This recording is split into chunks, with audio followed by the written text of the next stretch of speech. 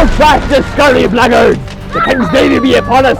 All hands to your battle stations! I really feel that if you're going to have a Dungeons & Dragons adventure that involves ships and the sea, that you need to have some kind of ship-to-ship combat. I know, as a DM myself, I would be remiss if I did not include at least a few ship battles for our players to enjoy.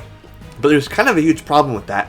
The D&D 5th edition Dungeon Master's Guide, Player's Handbook, all of its sources, all of its adventures, do not really include any satisfying mechanics for ship-to-ship combat. I mean, there's Ghosts of Saltmarsh, but everyone I know that's played it, I haven't, has told me that they pretty much mauled the crap out of that because half the adventure takes place on land, most of it doesn't really involve the ocean or ships, and it was a huge letdown.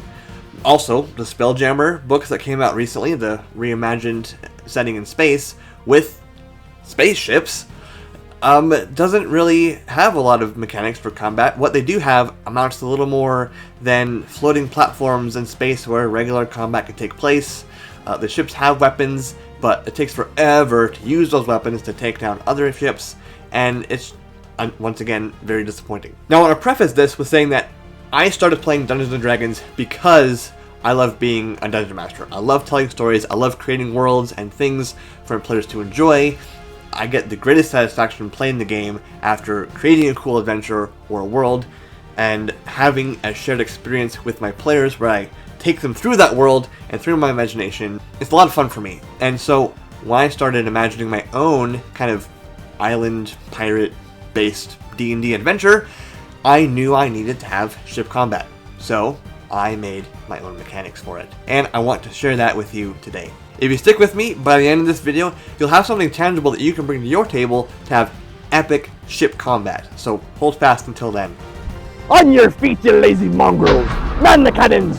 Trim the sails! Full speed ahead! Of course, I made a thing for you. It's the PDF of all the mechanics that I created. It's linked in the description of this video. And it's totally free for you to use. Take it, use it, change it, modify it for your game, whatever it is you want to do with it. It's something that I like to use. I've playtested it a little bit with my friends and family, not extensively. It works. I like using them, and I hope you do as well. So it's there for you to take. Now, because I haven't playtested it extensively, feedback would be super appreciated. If you can leave a comment in this video on what your feedback is, any glaring flaws you notice, anything that could be changed to make it better, anything you liked about it, things that you enjoyed. I love to hear positive feedback as well, because I'm not a masochist, alright? And another disclaimer, you will notice references to other mechanics that are also homebrew rules, and the reason for that is because I'm working on a much larger project, which is a fully realized high seas adventure supplement compatible with D&D 5e and D&D 2024. Now, I want to emphasize it's in super early development. It is something I eventually want to finish writing and publish. I mean, the supplement is going to include these ship combat rules, a new background system that lets players be the officers of their very own ships, exploration and navigation mechanics for shallow seas and the open ocean, plus a ton more because I love making stuff. And so updates on that project are going to be found on my channel here, so subscribe and ring the bell so you don't miss those notifications. Look alive, you scallywags! The lily-livered curs mean to board us! To arms! I'm not going to read the PDF for you because you can do that yourself, but I will talk about some of the highlights and some of the things that I really think are the best parts of these mechanics. And really the crux of ship-to-ship combat are orders. Orders are basically a way that allows players and NPC crew members aboard the same ship to operate as a fully functional group to maneuver the ship through combat, use its weapons, and survive the encounter. The idea is that players and NPCs aboard the same ship are all within the same vehicle and therefore have to work together in order to successfully engage an enemy ship in combat. And the way orders work is that the captain of the ship, that could be a player or the DM, calls out a number of orders equal to the number of players that are aboard that ship. And that way, each player gets a chance to participate equally in the strategy the ship is using for that particular encounter. There are 8 different orders, and they each do different things. For example, the Take Aim order is issued when the captain wants to target a specific part of the enemy ship that isn't the hull.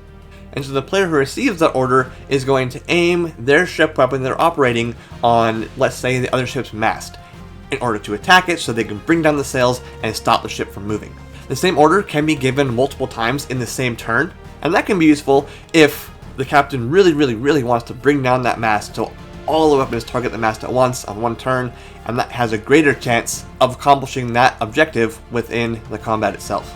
Other orders allow the ship to be repaired in the middle of combat, and of course, my favorite order is to act freely, because some players in combat might want to take their turn normally. Maybe you have a spellcaster who wants to cast a spell, or maybe a rogue wants to try some kind of crazy maneuver against an enemy, or use a special ability that they otherwise wouldn't be able to under other orders. Act freely allows them to take their turn normally, so they can do those really cool things and still feel like an awesome hero in this encounter. It also frees them up to do some other things within the combat itself that I've devised to make ship combat even more dynamic. Hey, Patty here. So one thing I forgot to mention while filming the video was that it's a really good idea to assign different players to keep track of different parts of the ship. For example, one player can keep track of the hull damage and how much water the ship is taking on, while another player can keep track of how many casualties the NPC crew members are sustaining. Both players can report to the captain, and the captain can use that information to prioritize the orders for the next round, just in case that Kraken decides to bring down another tentacle. The idea is that players and NPCs work together as a crew to man the ship through the battle cooperatively. Avast me, hearties! I do not intend to crack open Davy Jones' locker today! For that vessel, take her for what she's worth! In my experience, to make any Dungeons & Dragons based combat more interesting, you include tactics and objectives other than hacking and slashing until either all the monsters are dead or all the players are dead. Because that kind of combat is very two-dimensional and gets very samey and starts to feel more like a mini game, and it just gets boring after a while. So in this PDF, I've outlined a few different common objectives players might face in a ship combat encounter, and some of the objectives they might have in order to accomplish those bigger goals. Some of these might be that the players want to board and capture a ship, and so to do that, the captain will order the board action, and the players will board the enemy vessel, and the most straightforward way to capture a ship is to deplete the enemy crew's morale, that's another homebrew rule by the way, as well as diminish their numbers. And so in that case, it kind of is what I said before, where the players fight until the enemy crew either is dead or surrenders. Here's the thing about that though. If the players target the captain and other officers and take out a certain number of crew members, say about half of them, that will severely damage that crew's morale, and the chances of that crew surrendering, allowing the capture of the ship, go way up.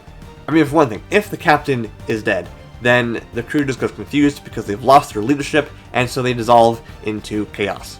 Now, if the players want to just generally sabotage a ship or escape it, and they don't want to face that ship in open combat, maybe because the ship is bigger, more powerful, has more crew members because bigger ships have more crew, then it might be best to pursue some more subtle objectives. And the way I view these is that a ship combat encounter commences, and under the cover of the larger combat, the players will stow away onto the enemy ship to complete these objectives. Maybe they want to attack the powder reserves and blow them up. Maybe they want to poison the provisions. Maybe they want to loot the hold of the ship because they're going after a specific treasure, so they can loot the treasure and then leave the battle. And these objectives, I think, are more environmental based. They're more of an exploration kind of thing, where the players essentially enter a mini dungeon, which is the enemy ship, and they explore to find these places and to find where their objectives can be accomplished. And then of course the objectives themselves are going to be basically really intense skill checks. Let's say the players are up against a much bigger ship than their own, and they still want to try to devastate the enemy crew's morale.